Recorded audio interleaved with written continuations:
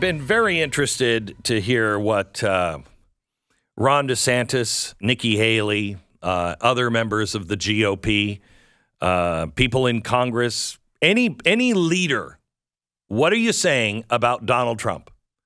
What are you saying about this district attorney coming after Donald Trump for a misdemeanor and trying to make it into a felony and possibly arresting a former president? Now, personally, I have always been for arresting of Nixon, arresting of Hillary Clinton, not the arresting of Bill Clinton because his was a lie. He perjured himself. He should have paid the price for perjury. If Donald Trump would have been working with the Russians, I would have said impeach him and possibly put him in jail for treason. But that didn't happen. They have a man and they're trying to find the crime. That is un-American. Hillary Clinton violated similar things by having the hurricane, what was it called? GPS, Hurricane GPS. Her campaign funded that. Didn't tell the FBI, nothing. They were funding that. She got nailed for it. They had to pay, her campaign had to pay a fine for it. You think of Fusion GPS? Yeah, Fusion GPS. Yeah, okay. Thank you. Fusion GPS. Too many scandals to keep them all straight. I know. So she paid a fine for it. She didn't go to jail.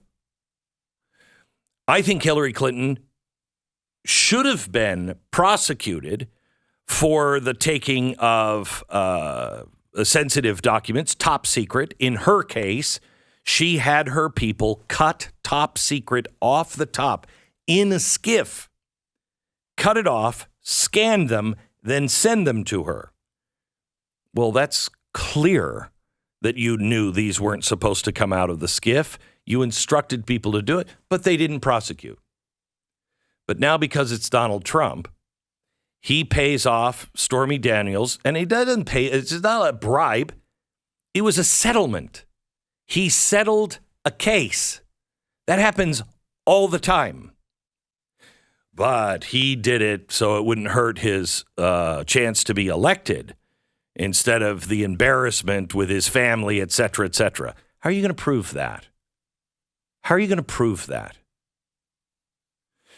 So I suggest today that you get on the phone with your member of the GOP, whichever, and as many as you possibly can dial, and I mean local all the way to the top.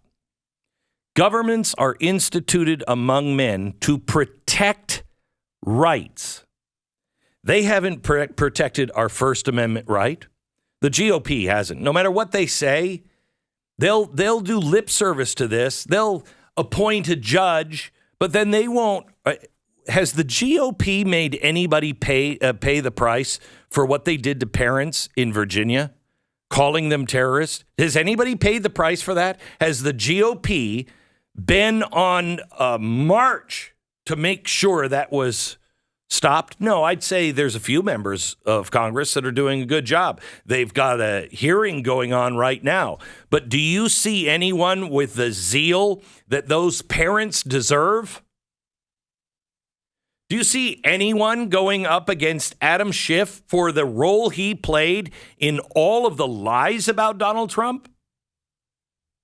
See anybody going to jail for anything that anyone has done wrong? And more importantly, do you feel there's a warrior in the GOP for you? Hey, here's an idea for the press. You want to know why Donald Trump is so popular?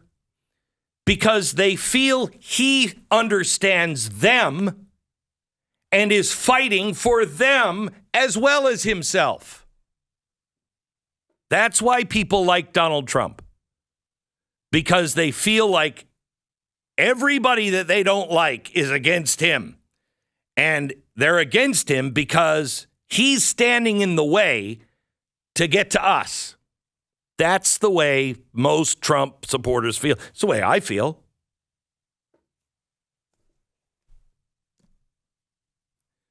Where are the party leaders? Where are the leaders in the Senate and the House that will stand up today passionately, like Chip Roy did on this program an hour and a half ago, and say, enough, this has to stop. So you call every member and you say, not a dime is coming your way. I want you to stand up against the violation of our rights and the violation of Donald Trump's right. We have a banana republic. We sent you there to protect and defend the Constitution. I don't think you're doing enough. Somebody's got to stand up.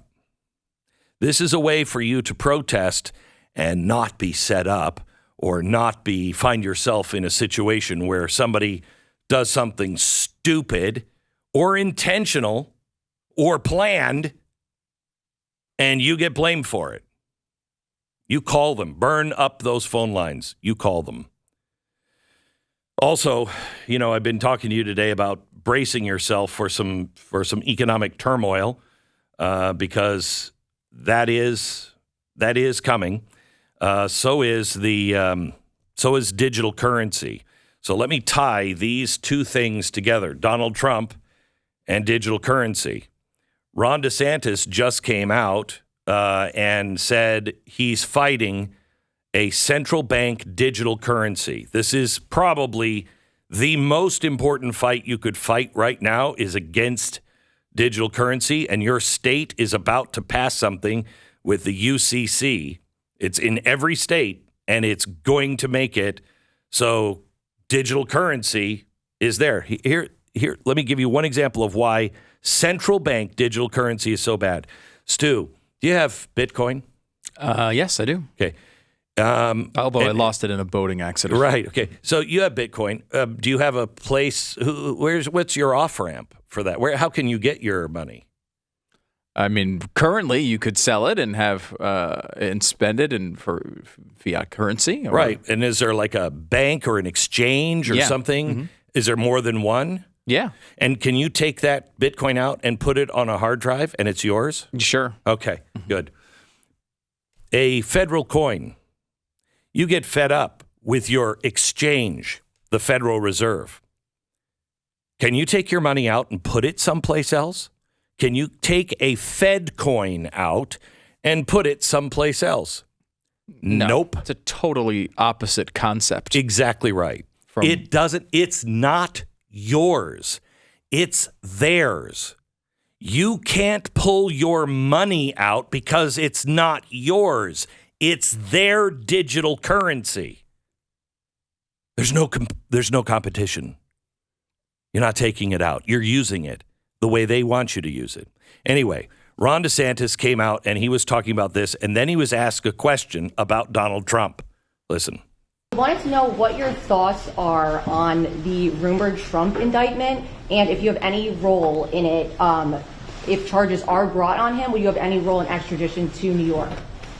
So I've seen rumors swirl. I have not seen any facts yet, and so I don't know what's going to happen. But I do know this: the Manhattan District Attorney is a Soros-funded prosecutor. And so he, like other Soros-funded prosecutors, they weaponize their office to impose a political agenda on society at the expense of the rule of law and public safety. He has downgraded over 50% of the felonies to misdemeanors. He says he doesn't want to even have jail time for the vast, vast majority of crimes. And what we've seen in Manhattan is we've seen the crime rate go up, and we've seen citizens become less safe. And so you're talking about this situation with, and look, I don't know what goes into paying hush money to a porn star to secure silence over some type of alleged affair. I can't speak to that. But what I can speak to is that if you have a prosecutor who is ignoring crimes happening every single day in his jurisdiction, and he chooses to go back many, many years ago to try to use something about porn star hush money payments, that's an example of pursuing a political agenda and weaponizing the office. And I think that that's fundamentally wrong. I also think it's important to point out when you're talking about these Soros-funded prosecutors, yes, they may do a high-profile politicized prosecution, and that's bad, but the real victims are ordinary New Yorkers, ordinary Americans in all these different jurisdictions, that they get victimized every day because of the reckless political agenda that these Soros DAs bring to their job. They ignore crime and they empower criminals, and that hurts people, hurts a lot of people every single day. These Soros district attorneys are a menace to society, and I'm just glad that I'm the only governor in the country that's actually removed one from office during my tenure. And in terms of, we are not involved in this, won't be involved in this. I have no interest in getting involved in some type of manufactured circus by some Soros DA, okay? He's trying to do a political spectacle. He's trying to virtue signal for his base. I've got real issues I got to deal with here in the state of Florida. We're obviously shutting down CBDC, which is important. We've got so many things pending in front of the legislature. I've got to spend my time on issues that actually matter to people. I can't spend my time worrying about things of that nature. So we're not going to be involved in it in any way. I'm fighting for Floridians, and I'm fighting back against Biden. That's what I do every single day. Interesting. It's a skillful response, I think, to that. Yeah. However, it is a Floridian that is being extradited. Yeah, but he's saying he won't participate in it. I know. But that's certainly news. The governor is not going to participate in this. Yes, it is. Does it hurt him? Help him? Is it the right thing to do? Wrong thing to do? I think it helps. I think it helps him certainly in the primary because it shows that he's not going to target his opponents because he has an opportunity to, unlike what the Soros DAs are doing, right? The Soros DAs have an opportunity to target people they don't like in politics and are choosing to do so.